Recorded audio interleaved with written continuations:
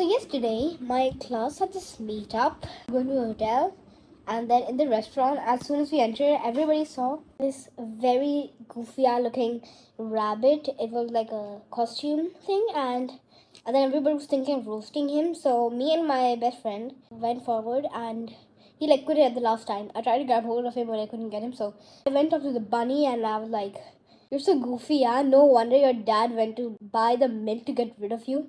And then I just ran away. I don't really think he understood it because, like I said it in English, and everybody was making fun of it.